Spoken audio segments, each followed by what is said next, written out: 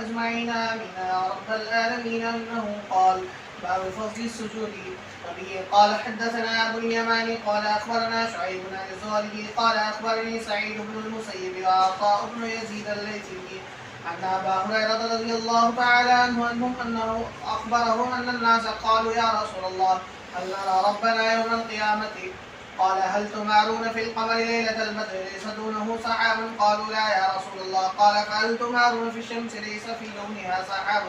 قالوا: لا. قال: فإنكم ترونه كذلك يحشر الناس يوم القيامة فيقول: من كان يعبد شيئا فليتبعه، فمنهم من يتبع الشمس ومنهم من يتبع القمر ومنهم من يتبع الطواغيت، وتبقى هذه الأمة فيها منافقوها، فيأتيهم الله تعالى فيقول: أنا ربكم، فيقولون: هذا مكاننا حتى يأتينا ربنا، فإذا جاء ربنا عرفناه، فيأتيهم الله عز وجل فيقول: أنا ربكم، فيقولون: أنت ربنا، فيدعوهم، ويضرب الصراط بينهم بين ظهراني جهنم، فيكون أول من يجوز من الرسل بأمته، ولا يتكلم يومئذ أحد إلا الرسل، وكلام الرسل يومئذ: اللهم سلم سلم. وفي جهنم كلاليب مثل الشوك الصعداني.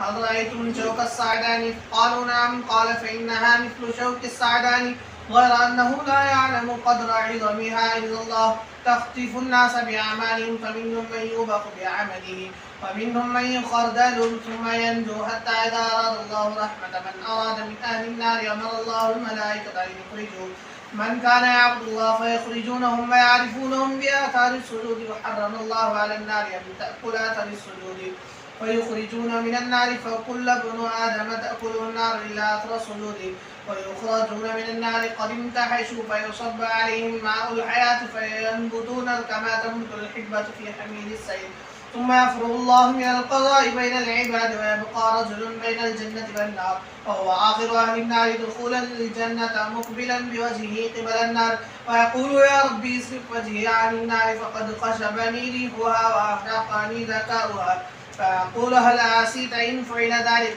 بك أن تسأل غير ذلك؟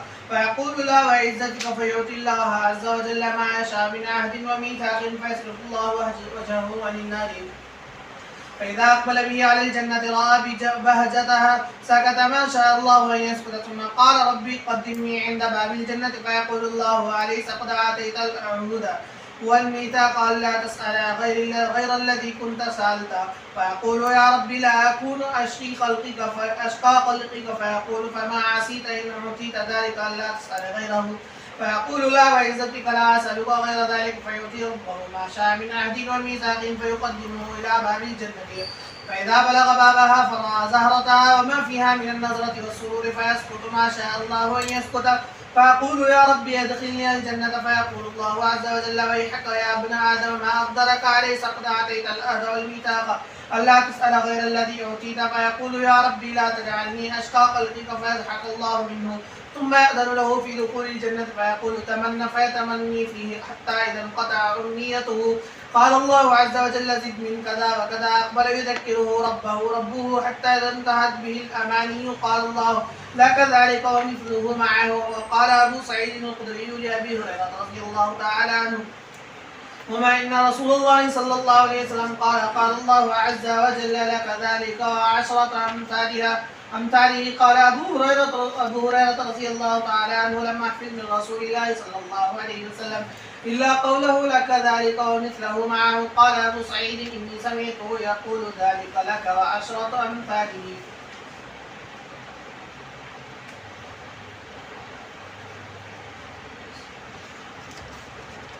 یہ باب سجدے کی فضیلت پر ہے۔ سجدے کی فضیلت کیا ہے؟ یہاں امام بخاری رحمۃ اللہ علیہ ترتیب کے ساتھ قیام، قرات، رکوع اور اس کے ساتھ سجدہ بیان فرما رہے ہیں، اور یہاں صرف سجدے کی فضیلت بیان کرنا مقصود نہیں ہے، بلکہ دیگر تمام چیزوں کی فضیلت بھی مقصود ہے، اس لیے کہ سجدہ نماز کا ایک رکن ہے، وہ ایسا رکن ہے جس کو صلب صلاۃ کہا جاتا ہے، یعنی نماز کی ریڑھ کی ہڈی۔ گویا سجدہ تمام زمانے میں ایسی عبادت رہا ہے جس سے امت کبھی محروم نہیں ہوئی، بلکہ علماء یہ فرماتے ہیں تمام امتیوں میں مشترکہ طور پر جو رکن پایا جاتا ہے وہ سجدے کا رکن ہے، اس لیے کہ کسی امت میں قیام ہے تو کسی میں نہیں، کسی میں رکوع ہے تو کسی میں نہیں، بلکہ یوں کہا گیا سجدہ ایک ایسا رکن ہے جو تمام امتیوں کی عبادت میں مشترکہ ہے۔ تو اس لیے سجدہ قرآن پاک کی تلاوت میں بھی سجدہ ہے، اور وہ تمام سجدے اگر آپ غور کریں گے، کوئی یہودیوں سے کوئی نصارہ سے سجدے کی تلاوت کی آیتوں کا تعلق ہے، تو پتہ یہ چلا سجدے کا حکم تو اللہ نے تمام امتیوں کو دیا ہے۔ اس لیے سجدہ حقیقت میں زمین و آسمان کے درمیان کا ایک عجیب ربط ہے۔ گویا زمین کے ساتھ اور آسمان کے بھی ساتھ، بے ساتوں آسمان ساتوں زمین، اور سجدے کے جو اعضاء ہیں وہ بھی ساتھ، 2 قدم، 2 گھٹنا، 2 ہتھیلی اور ایک پیشانی، تو یہ سب پیشانی اور ناک کے مل کر ایک ہے۔ اسی لیے اللہ کے رسول علیہ السلام نے فرمایا اللہ نے مجھے 7 اعضاء پر سجدہ کرنے کا حکم دیا ہے۔ گویا 7 اعضاء سے جب آپ سجدہ کریں گے، دنیا و ما فیہا سے آپ بالکل جدا ہو گئے، آپ کا مقام کہیں سے کہیں پہنچ گیا، 7 زمین والے 7 آسمان پر پہنچ گئے سجدے کی برکت سے۔ الساجد یسجد بین قدمئی الرحمن، سجدہ کرنے والا رحمان کے قدموں پر سجدہ کرتا ہے، اتنی قربت اس بندے کو حاصل ہو جاتی ہے سجدے کی حالت میں۔ اسی لیے سجدے شکر بھی ہیں، سجدے شکر اس سجدے کو کہا جاتا ہے جو سجدہ شکریہ کے طور پر ادا کریں۔ عربی شکریہ کے طور پر کیا مطلب؟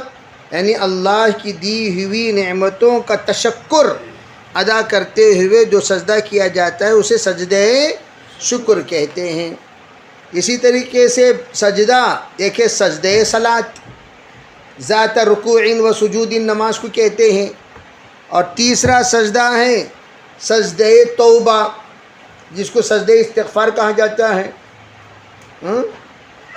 چوتھا سجدہ ہے سجدے دعا جس کو دعا کا سجدہ کہا جاتا ہے۔ تو یہ سجدے کے مختلف عناوین ہیں، یعنی اس کی نسبتیں الگ الگ، ہر سجدہ ایک ہی سجدہ نہیں ہوتا سجدے کے، لیکن یہ تمام سجدے 3 اوقات میں کرنا منع ہے، طلوع، غروب، زوال میں تمام سجدے کرنا، چاہے سجدے تلاوت ہی کیوں نہ ہو، آپ ان 3 اوقات میں نہیں کر سکتے، مکروہ ہے۔ الغرض سجدے کے سلسلے میں حضرت نے باب باندھا کہ سجدے کی فضیلت کیا ہے۔ چنانچہ ایک طویل روایت نقل کرتے ہیں، اور یہ روایت یہاں سے لے کر جنت تک کی روایت ہے، دنیا سے لے کر جنت تک۔ چنانچہ آپ دیکھتے چلے جائیے، فرماتے ہیں ان ابا ہریرہ اخبرہما ان الناس قالوا یا رسول اللہ، حضرت ابو ہریرہ فرماتے ہیں لوگ آئے اور حضور سے عرض کرنے لگے حضور جی ذرا ہمیں چند چیزوں کے سلسلے میں وضاحت دیں. پوچھا کیا؟ فرمایا کیا ہم اپنے پروردگار کو قیامت کے دن دیکھ سکیں گے؟ حل نرا ربنا. تو آپ نے فرمایا ہاں بھائی کیوں نہیں. فرمایا حضور کیسے؟ یہاں تو فل گڑبڑ ہو جائے گا. سب ہم لوگ کوئی چیز دیکھنا چاہتے ہیں تو پھر مرد بھی عورتیں بھی بچے بھی سب مل کر دیکھیں گے اے ہٹو اے ہٹو اے ہٹو. تو اللہ کے رسول علیہ السلام نے فرمایا اچھا تم لوگ چاند کو دیکھنے میں ہٹو ہٹو کہتے ہو؟ کہا نہیں. فرمایا اسی طرح کا معاملہ پروردگار کا بھی ہے. فرمایا لا یا رسول اللہ هل تمارون فی الشمس لیس دونہا سحاب. فرمایا جب سورج روشن ہو اس کے آگے کوئی بھی ابر نہ ہو، چاند روشن ہو کوئی بھی ابر نہ ہو تو تم لوگ مدبھیڑ کرتے ہو؟ کہا نہیں. فرمایا اسی طرح انکم ترون کذالک، اسی طرح تم پروردگار کو دیکھو گے. لیکن ایک بات سنو، یحشر الناس یوم القیامہ، جب قیامت کے دن تم لوگوں کا حشر کیا جائے گا تو اس وقت میں ہی پروردگار کی دیدار ہوگی.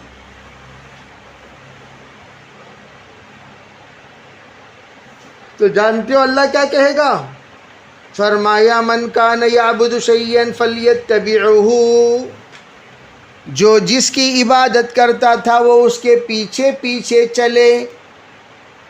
کس کی عبادت کرتے تھے تم؟ اس کے پیچھے پیچھے چلو. گنیشا جا رہا ہوگا اس کے پیچھے پیچھے ڈھولک جاتی رہی.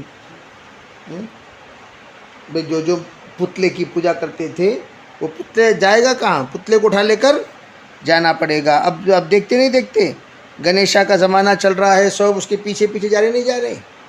سیدھا جا کو لاسٹ میں کیا ہوتی؟ ہم بھی ڈوبیں گے صنم سب کو لے کر ڈوبیں گے. اب یہاں ہوا کیا؟ وہ بھی ڈوب رہا ہے اور نتیجہ بتا دے رہا ہے میں ڈوب رہا ہوں، تمہیں بھی ایک دن لے کر سب کو ڈوبوں گا. اور ڈبانے والوں ڈوبنے کے لیے تیار ہو جاؤ. اے ڈبانے والوں ڈوبنے کے لیے تیار ہو جاؤ. لیکن ان لوگوں کو کہاں سمجھ میں آ رہی بات؟ سمجھ میں آ رہی کیا؟ فرمائے گا اللہ تعالیٰ چلو تم سب ان کے پیچھے چلو. اے تمہارے معبود کون؟ تمہارے معبود کون؟ تمہارے معبود کون؟ چلو.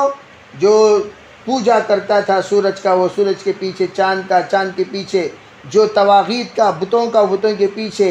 فرمایا تبقى هذه الامه فيما منافقوها فيها منافقوها. فرمایا یہ امت باقی رہ جائے گی اور اس میں کچھ منافق ہوں گے. اللہ تعالیٰ ان منافقوں کے پاس آئے گا، تمام مومنوں کے پاس، اور آگر کیا کہے گا؟ فرمائے گا میں تمہارا پروردگار ہوں. فرمایا جی دیکھو اے لوگو یہ ہے تمہاری جگہ جہاں پر تم لوگوں کو جانا تھا. فیقول هذا مکاننا حتی یأتینا ربنا فإذا جاء ربنا. ہم یہیں رہیں گے، یہی مومنین کہیں گے ہم یہیں رہیں گے، یہاں سے ہٹیں گے نہیں. اس وقت تک ہم یہیں رہیں گے جب تک کہ ہمارا پروردگار ہمارے پاس نہ آ جائے. ہمارا پروردگار جب تک ہمارے پاس نہ آئے ہم کہاں رہیں گے؟ یہیں پر رہیں گے، ہم ہٹیں گے نہیں. تو اللہ تعالیٰ آئے گا. اللہ جب آئے گا سب کہتے ہیں ہم پہچان لیں گے اللہ کو. پھر اللہ کہے گا انا ربکم، میں تمہارا پروردگار ہوں. یہ ہوگا. اور پھر کیا ہوگا؟ فیقول انت ربنا، ہاں آپ ہمارے پروردگار ہیں جی.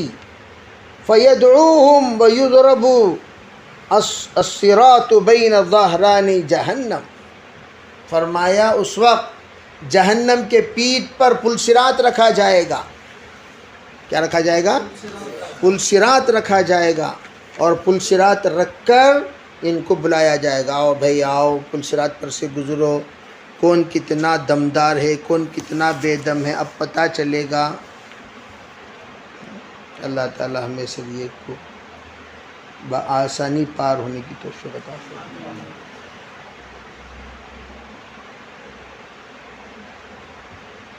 اس کے لیے صلہ رحمی لازمی ہے.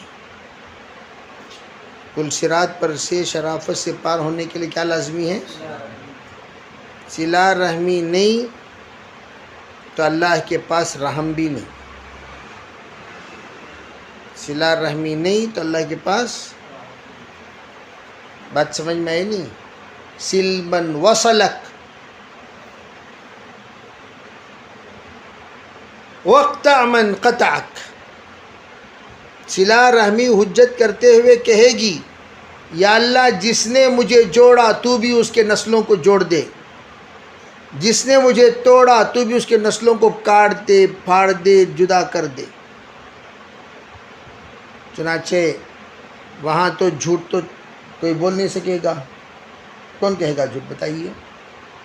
ارے وہ تمام چیزوں پر تو مہر لگ گئی ہے، جھوٹ نہیں بولا جائے گا. سب کے سب خاموش ہوں گے.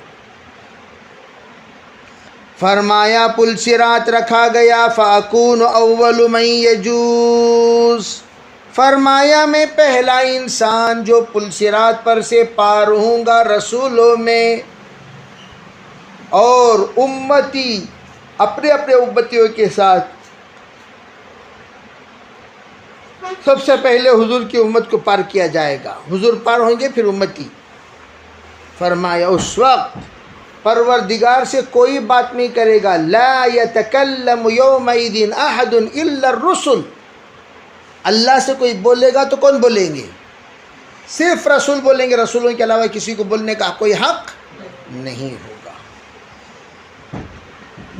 فرمایا جس وقت رسولوں کا کلام ہوگا کیا؟ اللہم سلم سلم، اللہم سلم سلم، یا اللہ سلامتی کا فیصلہ فرما، یا اللہ سلامتی کا فیصلہ فرما، یا اللہ سلامتی کا فیصلہ فرما.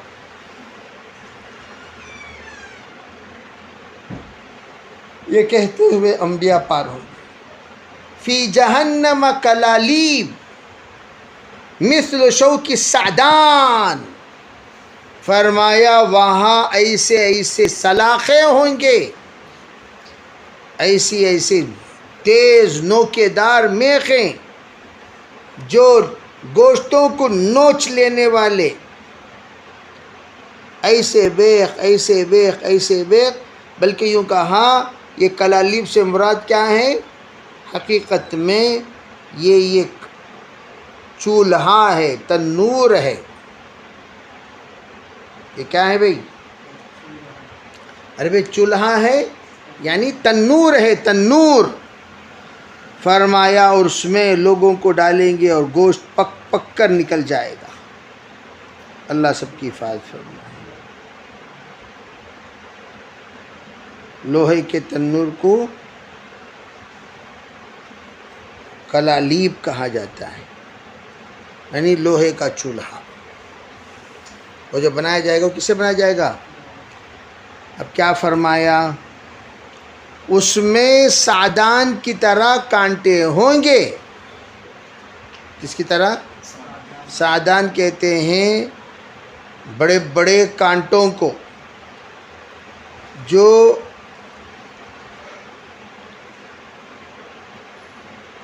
ایک طرف نہیں ہر طرف سے کانٹا ہی کانٹا ہو، کانٹا ہی کانٹا ہو، اسے کہتے ہیں سعدان. جیسے ہم لوگ آج کل کیا کہتے ہیں؟ سعدانی.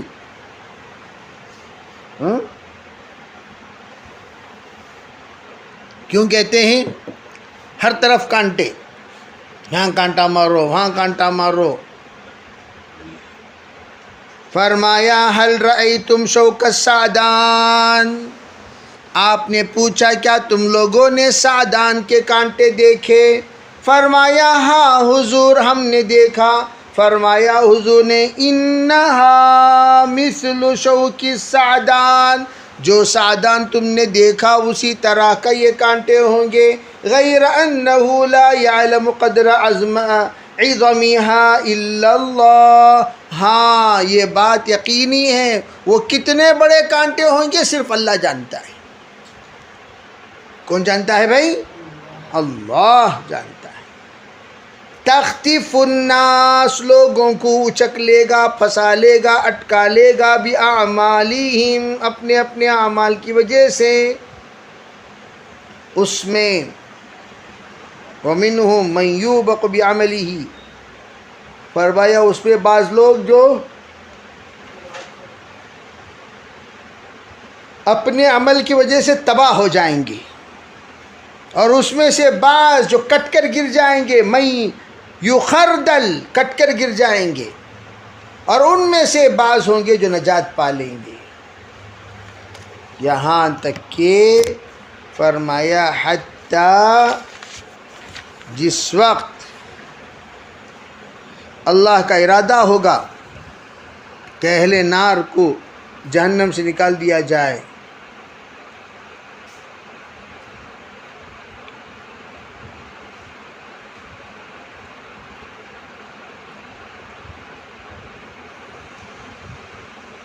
ابھی کیا کر لیں؟ آگ سے نکالنے کا جس وقت اللہ تعالیٰ کیا کریں گے؟ فرمایا کل ابن آدم کو جس وقت فیخرجون من النار، جب اللہ تعالیٰ آگ سے نکالنے کا ارادہ فرمائیں گے، من کان یعبد اللہ فیخرجونہم ویعرفونہم بآثار السجود، اللہ تعالیٰ جو اللہ کی بات کرتے تھے ان کو اللہ نکالے گا، اور ان کو جب نکالا جائے گا وہ سجدے کے آثار سے پہچان لیے جائیں گے۔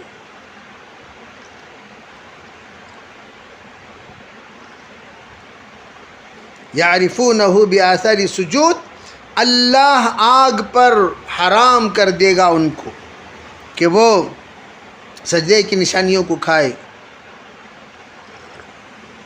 پھر ان کو اس کے بعد آگ سے نکالا جائے گا۔ ہر انسان جو آگ نے اس کو جھلسا دیا، لیکن سوائے سجدے کی جگہ کے ان سب کو نکالا جائے گا جہنم سے، اور وہ لوگ کوئلہ ہو چکے ہوں گے، اور ان پر پانی بہایا جائے گا، ماء الحیات، اور اس کے ذریعے سے وہ لوگ زمین سے ایسا اٹھیں گے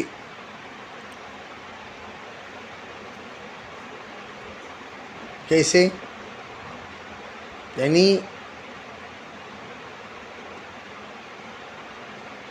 اس طرح جس طرح پانی کے نالے، پانی کا نالا جب گزرتا ہے تو دونوں طرف بارش کی وجہ سے چھوٹے چھوٹے پودے نکلتے ہیں، خوبصورت اور ہرا پودا، خوبصورت اور ہرا، اس طرح کا پودا کی طرح نکلیں گے۔ ينبتون كما تنبت الحبة في حميل السيل، في حميل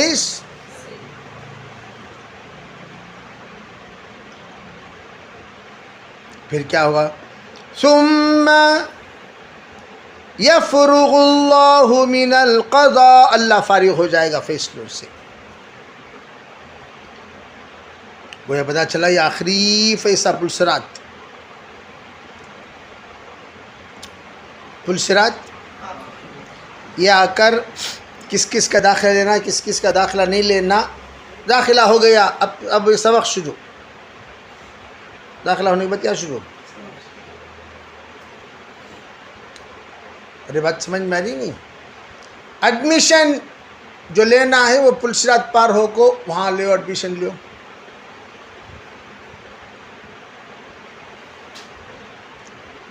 کیا پار ہو کو لینا؟ اللہ اپنے قضاء سے فارغ، اپنے بندوں کے فیصلے سے. ایک آدمی جنت اور جہنم کے درمیان لٹک جائے گا.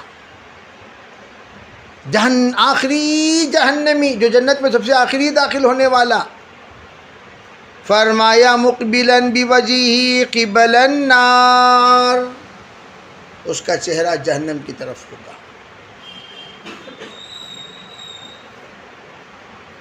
یوں دیکھ رہا ہوگا. فیقول اے اللہ، جی ذرا میرا چہرہ پھیر ڈالو نا.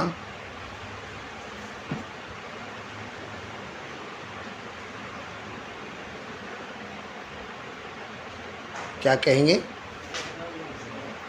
ذرا میرا چہرہ پھیر ڈالو نا. قبلہ، چہرے کا قبلہ انی وجہت وجہیہ ہی نہیں، چہرہ جہنم کی طرف ہونے کی وجہ سے راخ راخ ہو رہا ہے، جلن، سوزش. ذرا چہرہ یوں پھیر ڈالو، ذرا جلن کیا ہوتی. اللہم اصرف وجہی عن النار فقد قشبنی ریحها واحرقنی ذکاؤها، اس کی بدبو نے مجھے تنگ کر دیا ہے، یعنی انتہائی مجھے بیکار اور سانس لینا دشوار ہو گیا.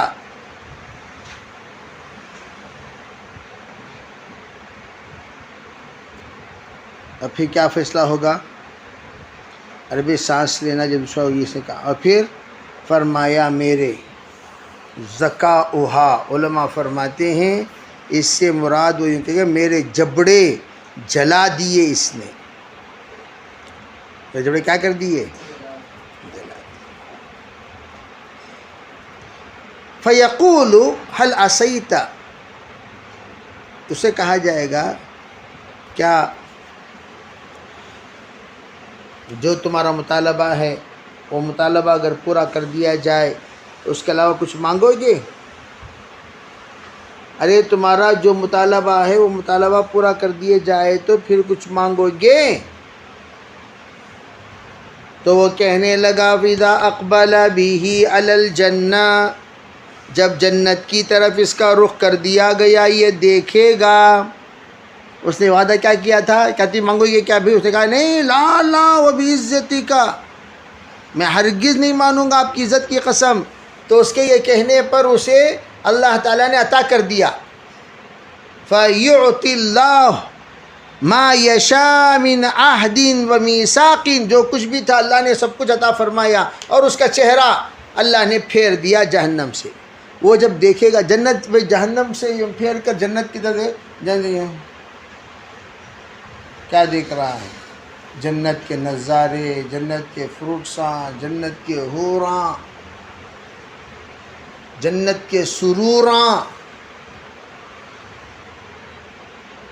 جی اب وہ کہنے لگا یا اللہ دور سے کیا بھی کیا دکھلا نہیں نا.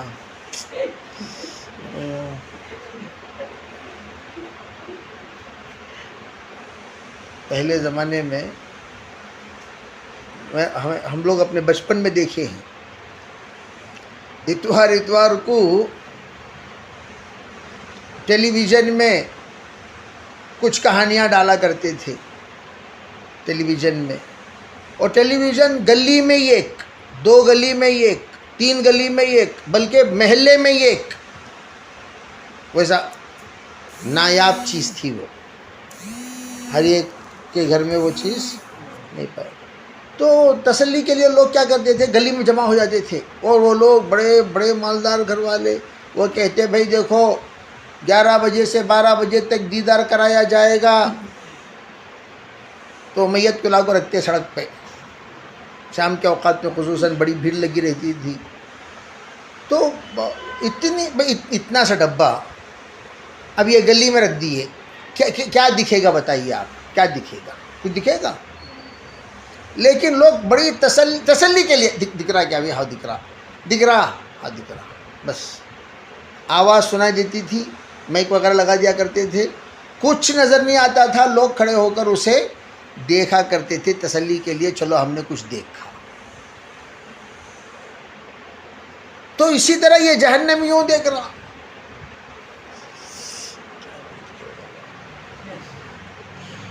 اب اسے بڑی فکر شروع ہو رہی ہے، بھائی برابر کون بھی کچھ بھی نظر نہیں آ رہا ہے، کچھ جھلک بس،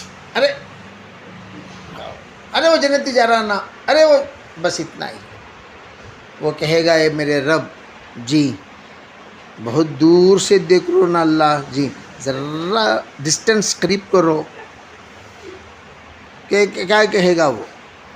دور سے یوں کہے گا اے میرے رب اذا رآ بہجتہا سکت ما شاء اللہ ان یسکت، جتنی دیر یوں دیکھتا رہے گا، پھر ذرا دینے کے بعد بولے گا اے رب جی قدمنی عند باب الجنہ، ذرا دروازے کے قریب کرو، بہت دور سے دکھ رہا نہیں کیا بھی؟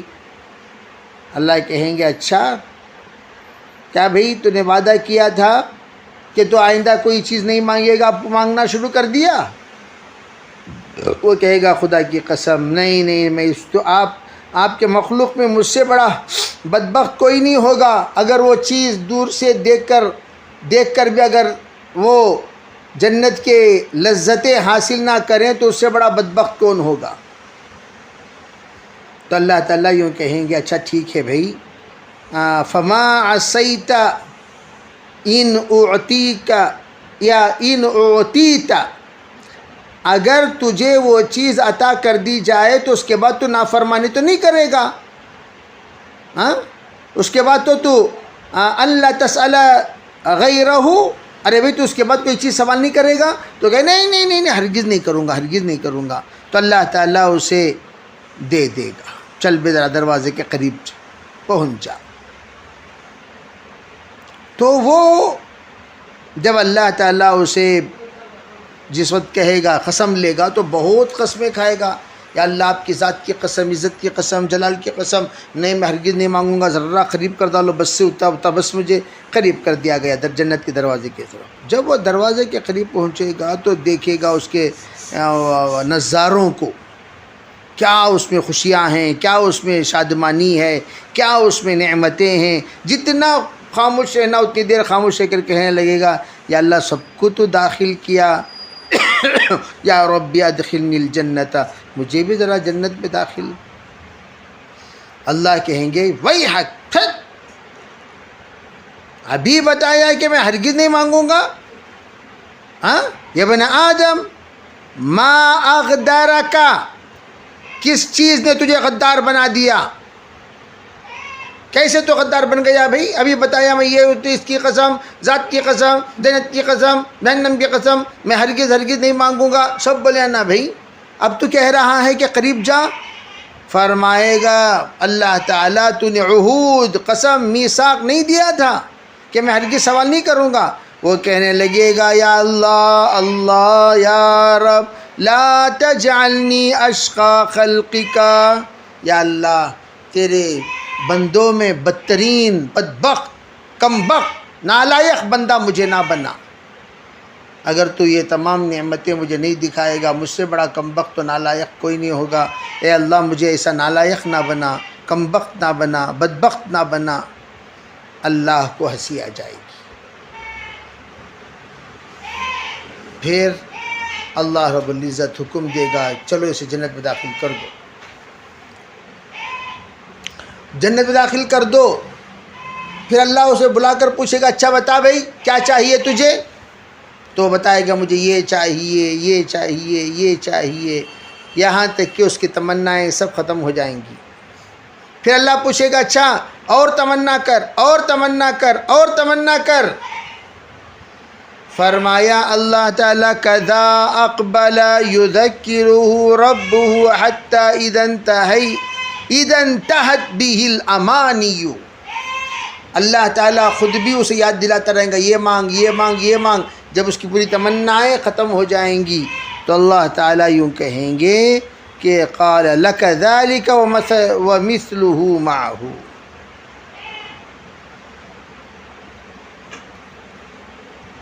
ومثلہ. تو حضرت ابو سعید فرماتے ہیں، حضرت ابو ہریرہ رضی اللہ تعالیٰ عنہ نے فرمایا ان رسول اللہ صلی اللہ علیہ وسلم قال اللہ عز اسمہ لک ذلک وعشر امثالہ، تجھے یہ اور اس سے 10 گنا زیادہ تجھے عطا کیا گیا ہے.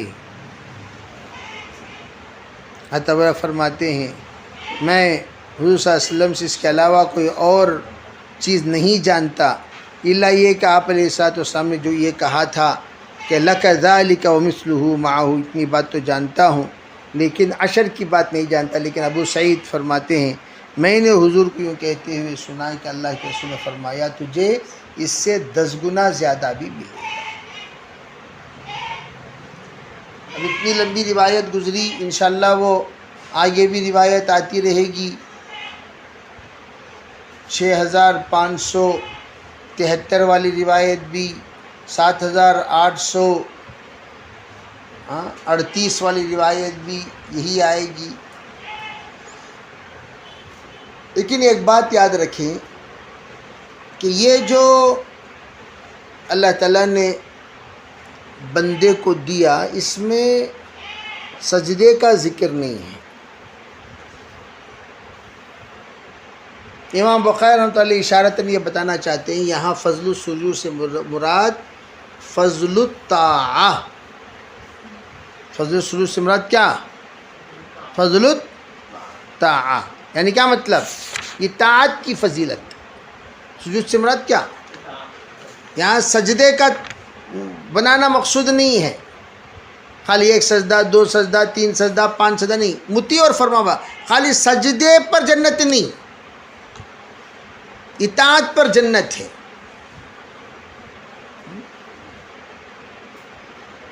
وسیق الذین اتقوا الی الجنة زمرا حتی اذا جاؤوها فتحت ابوابها وقال لهم خزنتها سلام علیکم طبتم، یعنی تم نے اچھی زندگی گزار کر آئے ہو، تم اچھی زندگی گزار کے آئے ہو، تمہاری زندگی اچھی زندگی ہے، پیاری زندگی ہے، بابرکت زندگی ہے، مبارک زندگی ہے. وہ زندگی گزار کر آنے کی وجہ سے آج تم جنت کے مستحق بنے. اچھا یہ جہنم میں کیوں گیا آخری انسان؟ ما سلککم فی سقر قالوا لم نک من المصلین. پہلی چیز کیا؟ میں نماز نہیں پڑھتا تھا. سجدہ کرو گے جہنم سے بچو گے، یہ بھی تو سب سے بڑی فضیلت ہے. اگر شیطان جہنمی بنا تو اسی سجدے سے انکار کرنے ہی سے تو بنا. اسجدوا لآدم، ارے اسی سجدے سے انکار کرنے ہی سے تو بنا. اس لیے کہا جاتا ہے کہ یہاں اصل جو مراد ہے وہ کیا ہے؟ اطاعت. اصل جو مراد ہے، اور سجدے کا مطلب ہی اطاعت، پورا اللہ کے تابع ہو جانا. اس وقت قیام میں تم اپنے آپ کو بچا سکتے ہو، رکوع میں بھی ایک حد تک، سجدے میں چلے جانے کے بعد یا اللہ اب تیرے حوالے، اگر کوئی مجھے شہید کر دیا وہ بھی حوالے تیرے حوالے. اس لیے کہ میں زمین کے اوپر سر اس لیے رکھ رہا ہوں بس اب میں تیرا ہوں، میرا تحفظ اور میری شہادت دونوں، میری حفاظت اور میری شہادت وہ دونوں تیرے ذمہ ہیں. جیسے حضرت حسین رضی اللہ تعالیٰ میدان کربلا میں شہید ہوئے، سجدے کی حالت میں شہید ہوئے. کس حالت میں؟ جی.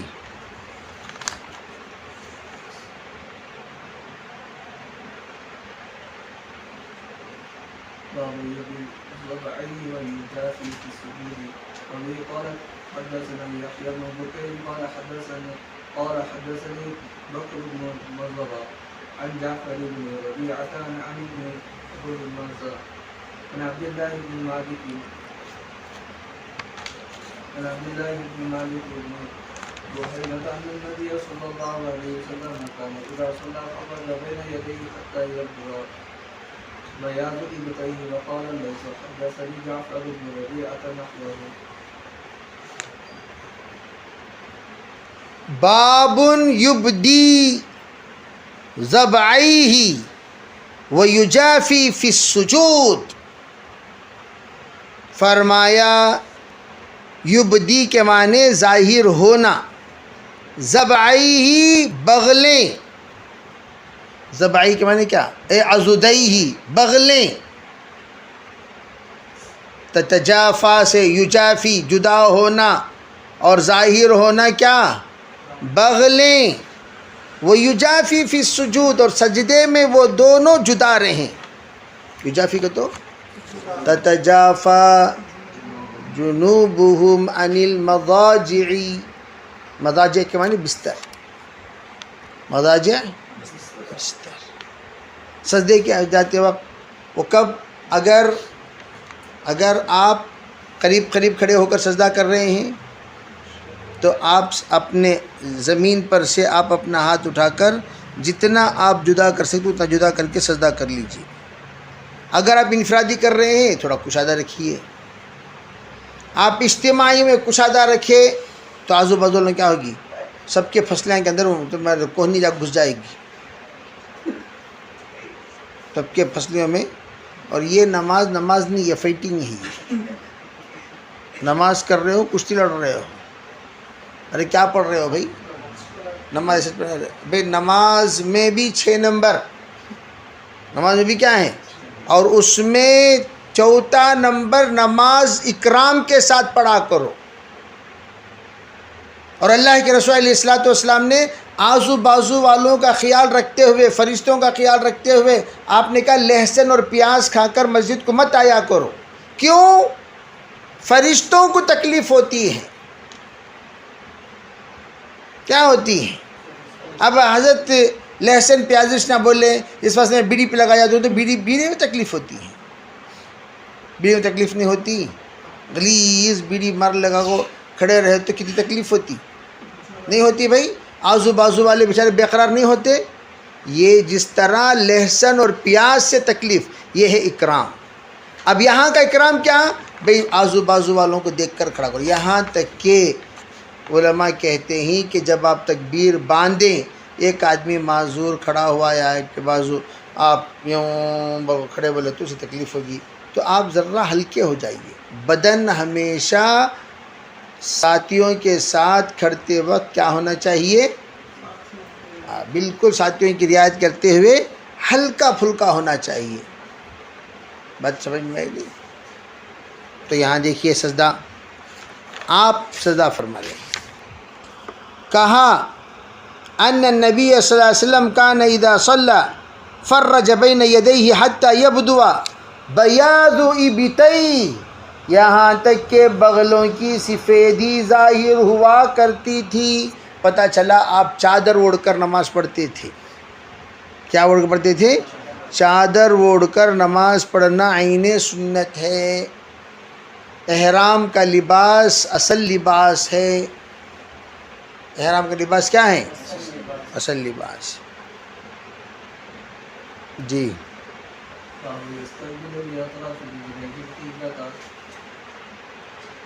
قاله أبو حميد رضي الله تعالى عنه عن النبي صلى الله عليه وسلم باب إذا لم يتم سجوده. وبه قال حدثنا صدق بن محمد قال حدثنا محمد عن راشد عن أبي وائل عن حذيفة رضي الله تعالى عنه أنه رأى رجلا لا يتم ركوعه ولا سجوده فلما قضى صلاته قال له حذيفة ما صليت وأحسبه قال لو مت على غير سنة محمد صلى الله عليه وسلم. یہ سب روایتیں گزر چکی ہیں. باب باندھ رہے ہیں حضرت یستقبلوا باطراف رجلیہ القبلہ. ارے بھئی جب نماز کے لیے کھڑے ہوں تو قبلے کے جانب دونوں قدم ہونی چاہیے. یعنی یستقبل القبلۃ باطراف رجلیہ، یعنی دونوں قدم کا رخ کس کی طرف ہونی چاہیے؟ چنانچہ آپ علیہ الصلوۃ والسلام سے بھی منوی یہی ہے کہ آپ اپنا دونوں قدم قبلہ رخ رکھا کرتے تھے. یوں بادلوں میں جا کے یوں کھڑی جاتی بے ڈھنگا طریقے سے کیا ہوتی ہے نماز میں کھڑے ہو جاتے، سیدھا رکھو. ہاں البتہ کتنا درمیان میں فاصلہ ہو؟ بھائی 4 انگلی کے برابر فاصلہ ہو، بس کافی ہے۔ نہیں حضرت میں نہیں کھڑا ہو سکتا، میں موٹا آدمی ہوں، کیا کرنا، ذرا فاصلہ آگے بڑھا لیجیے۔ اتنا مت بڑھائیے کہ درمیان میں ایک آدمی آرام سے کھڑا ہو سکتا ہے، اتنا۔ بلکہ میں تو یوں کہا کرتا ہوں، مس ذکر میں انشاءاللہ آپ کو میں اس کی تفصیلات بیان کروں گا کہ لوگ جو اتنا چوڑا کر لیتے ہیں، ہو سکتا ہے من مس ذکرہ فلیتوضا پر یقین کرتے ہوں گے، ہاں انہوں نے یوں سوچا کہ بھئی نہ لگے تو کیا کرے، تو کہا کہ چوڑا کر لو، لگے گا ہی نہیں، چنانچہ وہ کیا کر لیتے ہیں۔ یہ اچھی چیز کیا بولو، ابھی اچھی چیز آسان ترتیب کیا ہے، ارے بھئی آپ اندرونی کپڑے پہن لیجئے، لگیں گے ہی نہیں، ٹائٹ پہن لو، لگیں گے ہی نہیں، ڈھیلا آپ چھوڑ دیے تو پھر کیا ہوگا، وہ مدلات جو ہوتے ہیں وہ لگتے رہتے ہیں، مدلات یہ اچھی چیز نہیں ہے۔ جی آگے کا جو باب باندھا ہے امام بخاری رحمۃ اللہ علیہ نے، وہ باب یہ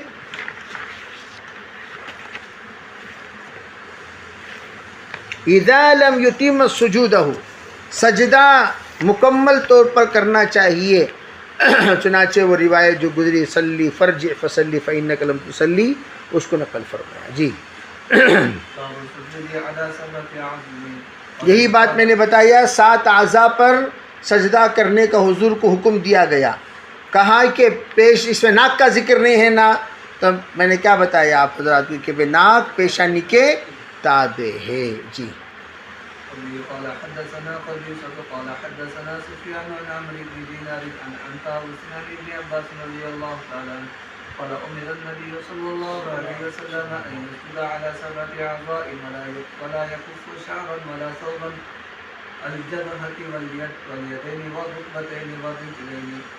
وبه قال حدثنا مسلم بن إبراهيم قال حدثنا شعبة عن عمرو عن طاووس عن ابن عباس رضي الله تعالى عنه عن النبي صلى الله عليه وسلم قال أمرنا أن نسجد على 7 أعظم ولا نكف شعرا ولا ثوبا. وبه قال حدثنا آدم قال حدثنا إسرائيل عن أبي إسحاق عن عبد الله بن يزيد قال حدثنا البراء بن عازب رضي الله تعالى عنه وهو غير قصير قال كنا نصلي خلف النبي صلى الله عليه وسلم فإذا قال سمع الله لمن حمده لم يحن أحد منا ظهره حتى يضع النبي صلى الله عليه وسلم جبهته على الأرض۔ باب السجود علی 7 اعظم، 7 اعضاء پر سجدہ کرنے کا حکم۔ اور یہاں اعضاء کیجئے یا ہڈیاں کیجئے، بھئی دونوں، اس لیے کہ بھئی بدن کے اعضاء ہڈیوں ہی سے تو ہے، بھئی اس کے ہڈی پر ہی گوشت چڑھایا گیا ہے، تو جب آپ پیشانی رکھو گے تو ہڈی اصل ہے، ہاتھ رکھو گے ہڈی اصل ہے، قدم میں بھی ہڈیاں اصل ہیں، تو یہاں اعظم بتا دیا گیا، اعظم۔ فرماتے ہیں مجھے حکم دیا گیا کہ 7 اعضاء پر سجدہ کر، دیکھو اعظم بھی ہیں اعضاء بھی ہیں، دونوں روایتوں میں موجود ہیں، ایک نسخے میں اعظم بھی ہیں اور یہاں اعضاء بھی ہیں۔ فرمایا ولا یکف شعرا، فرمایا میں چوٹی نہ باندھوں، یکف شعرا میرے بال بڑے بڑے ہیں، چوٹی باندھنے کی اجازت نہیں ہے، اور فرمایا اور نہ ہی کپڑا، نہ ہی کپڑے کی اجازت، ولا ثوبا الجبہتی، کیا کیا، نہ ہی کپڑا کو لپیٹنے کی گھیرنے کی اجازت ہے۔ فرمایا اس میں کیا کیا چیزیں ہیں، دونوں ہاتھ، دونوں گھٹنا، دونوں پیر اور پیشانی، کتنے ہو گئے، 7 ہو گئے نہیں۔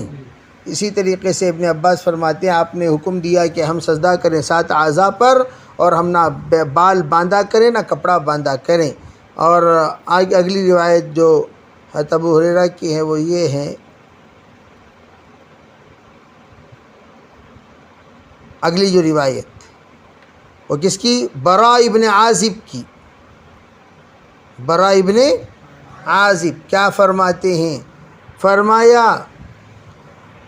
ہم لوگ نماز پڑھتے تھے حضور کے پیچھے، جب سمیع اللہ لمن حمیدہ تو اس وقت تک ہم نہیں جھکتے تھے، جب تک اپنے اس میں سے اس وقت تک نہیں اپنی پیٹھ کو نہیں جھکاتے تھے، یہاں تک کہ آپ علیہ السلام اپنی پیشانی زمین پر نہ رکھ دیں، یعنی گھٹنا، دونوں ہاتھ اور پیشانی جب آپ رکھتے تھے اسی وقت ہم لوگ اللہ اکبر پر حرکت کرتے تھے. جی باب السجود على الأنف وبه قال حدثنا معاوية بن أسد قال حدثنا ولد عن عبد الله بن داود بن أبي عن ابن عباس رضي الله تعالى عنه قال قال النبي صلى الله عليه وسلم أمرت أن أسجد على 7 عظم على الجبهة وأشار بيده إلى أنفه واليدين والركبتين وأطراف القدمين فلا نتفت الثياب والشعر. فرمایا آپ علیہ یہ جو ناک پر سجدہ کرنے کا بیان، میں نے آپ کو اس کی تفصیلات بتا دیا کہ ناک اور پیشانی کے سلسلے میں ائمہ کا اختلاف کیا ہے، وضاحت کل آپ کے سامنے آ چکی ہے. فرمایا حضرت کہ سجدہ جو کیا جائے گا، آپ نے فرمایا مجھے اس بات کا حکم دیا ہے کہ میں سجدہ 7 اعضاء پر کروں. اب یہاں دیکھیے علی الجبہتی واشار بیدیہ علی انفہ، ایسا آپ نے اشارہ فرمایا. دیکھو جبہہ سے مراد کیا، ایسا سجدہ کرنا، ایسا بات سمجھ رہے ہیں، اس طریقے سے آپ نے اشارہ فرمایا. اس کے بعد یدین، رکبتین اور قدمین، یہ تو ہے ہی. اسی لیے میں نے کہا ناک کا حصے کے ساتھ کون جڑا ہوا ہے، پیشانی کا حصہ جب کہا جائے تو آٹومیٹک وہ ناک بھی اس میں شامل ہے. اور فرمایا ہم اپنے کپڑوں کو سمیٹنے سے اور بالوں کو چوٹی باندھنے سے آپ نے منع فرمایا.